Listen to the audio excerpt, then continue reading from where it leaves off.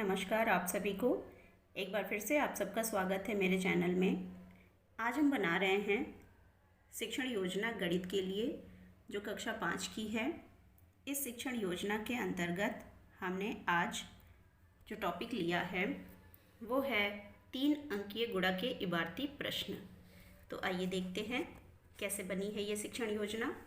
सबसे पहले हम कॉलम बना लेंगे, दिनांक, कक्षा, विषय और टाइम। समय 35 से 40 मिनट का। लर्निंग आउटकम, छात्र वार्तिक प्रश्नों में से गुणा के प्रश्न पहचान करके हल कर सकेंगे, अर्थात प्रश्नों को पढ़ने के बाद छात्र ये समझ सकेंगे कि इस प्रश्न में हमें गुणा करना है। किसी घटना अथवा प्रसंग से संबंधित गुणा के इबारती प्रश्न बना करके हल कर सकेंगे। मतलब छात्रों को अगर हम कोई प्रसंग सुनाते हैं कि जैसे अगर हमें जो है एक टॉफ़ी 5 रुपए की मिलती है तो 10 टॉफ़ियाँ कितने की मिलेंगी, इसी तरह के बड़े बड़े प्रश्न जो छात्रों के स्टैंडर्ड का है, तो छात्र ये समझ सकेंगे कि इसमें गुणा करना है या हमें बार बार जोड़ना है। प्रकरण हमारा हो गया 3 अंकीय गुणा के इबारती प्रश्न। सीखने सिखाने की सामग्री के लिए हमारे पास है दीक्षा पर उपलब्ध वीडियो, पुस्तक इत्यादि। सीखने सिखाने की गतिविधियों को हमने चरणों में विभाजित किया। क्रम संख्या, चरण, समय और अवलोकन का तरीका। शिक्षण के प्रारंभ में शिक्षिका छात्रों को गुणा के प्रश्नों के आधार पर प्रश्नोत्तरी के माध्यम से गुणा के इबारती प्रश्नों को हल करने सिखाने हेतु जिज्ञासु करेंगी और उन्हें प्रेरित करेंगी। प्रश्न पूछेंगे कि जैसे किसी 5 अंकीय संख्या को दे करके हम पूछेंगे इसमें गुणा 1 से करना है तो हमें क्या उत्तर मिलेगा। छात्र इसका उत्तर आसानी से दे सकेंगे क्योंकि उन्हें पता है कि किसी भी संख्या में अगर 1 से गुणा करते हैं तो हमें उत्तर वही संख्या मिलती है। अगर किसी भी संख्या में 0 से गुणा करते हैं तो हमें 0 मिलता है। ये भी छात्रों को पता है। ये प्रश्नोत्तर विधि से हम उनका आकलन करेंगे।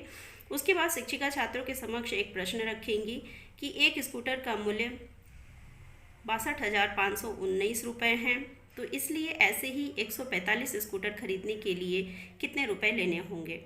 तो छात्रों के लिए ये थोड़ा सा कठिन प्रश्न है क्योंकि प्रश्न बड़ा है और छात्र निरुत्तर होंगे, तुरंत उसका उत्तर नहीं दे सकेंगे। फिर शिक्षिका उन्हें जिज्ञासु बनाते हुए बताएंगी कि आज हम लोग इसी प्रश्न का उत्तर ढूंढेंगे। तो आज हम लोग गुणा के इबारती प्रश्न पढ़ेंगे।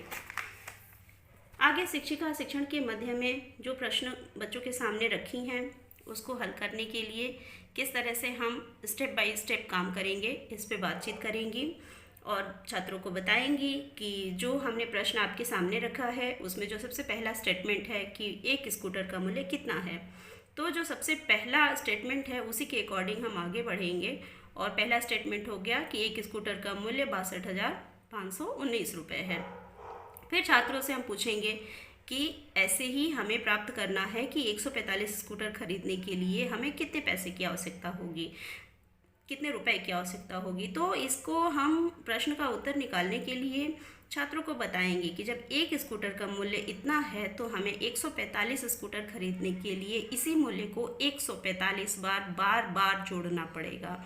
यह प्रक्रिया बहुत ही लंबी होगी और इसमें बहुत ज़्यादा समय लगेगा। इसीलिए इस प्रक्रिया को आसान और छोटा करने के लिए हम छात्रों को गुणा की प्रक्रिया से परिचित कराएंगे।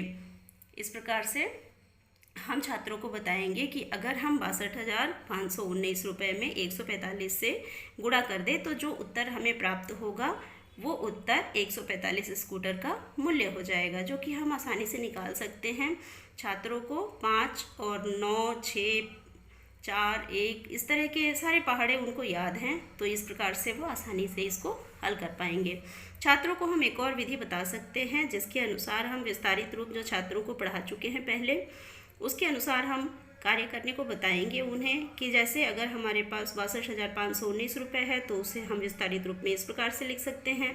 इसी प्रकार से अगर हमारे पास 145 है तो उसको हम 100 + 40 + 5 के हिसाब से विस्तारित रूप में लिख सकते हैं। तो इस तरह से भी हम अलग अलग गुणा करके उत्तर निकाल सकते हैं, जिसमें 62,519 में 145 से गुणा करते समय 62,519 में हम बार बार पहले 100 से, फिर 40 से, फिर 5 से गुणा करके और सभी को जोड़ देंगे तो हमें उत्तर प्राप्त हो जाएगा। इस प्रकार से शिक्षिका छात्रों को स्पष्ट करेंगी कि गुणा की प्रक्रिया कैसे करेंगे।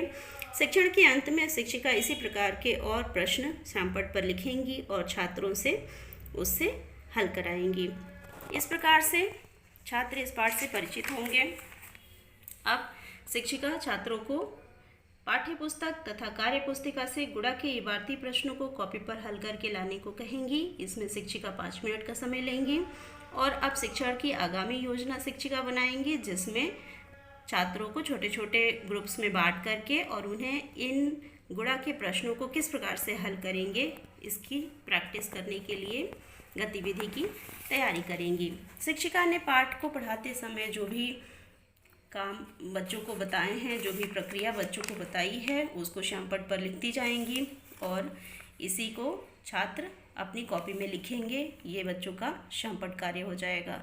तो इसमें शिक्षिका छात्रों को ये स्पष्ट करेंगी कि ये गुणा की प्रक्रिया करते समय हम पहले इकाई के स्थान पर जो 5 है इससे हम इस पूरे संख्या में गुणा करेंगे। जो उत्तर हमें प्राप्त होगा उसे हम ऐसे लिखेंगे और उसके बाद से फिर दहाई के स्थान पर जो 4 है इसको भी हम पूरी संख्या में गुणा करेंगे, लेकिन ये ध्यान रखेंगे कि जो हम अंक लिखेंगे वो दहाई के स्थान से प्रारंभ करेंगे।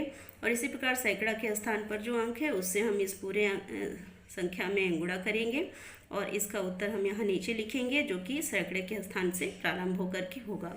अब हम इसको सबको जोड़ देंगे और हमें उत्तर प्राप्त हो जाएगा। इसी प्रकार से शिक्षिका ने शिक्षण के अंत में एक और प्रश्न को हल कराया है कि एक ट्रक से अधिकतम 11,265 किलोग्राम माल ढोया जाता है, तो इसी प्रकार के 762 ट्रकों में कितना माल ढोया जा सकेगा। इसे शिक्षिका छात्रों से वार्तालाप और बातचीत करके श्यामपट्ट पर लिखवा करके उनके हाथ से और बच्चों को प्रैक्टिस कराएंगी। इस प्रकार से उन्हें अधिगम हो जाएगा कि इस प्रकार से गुणा के प्रश्नों को हम हल कर सकते हैं। धन्यवाद।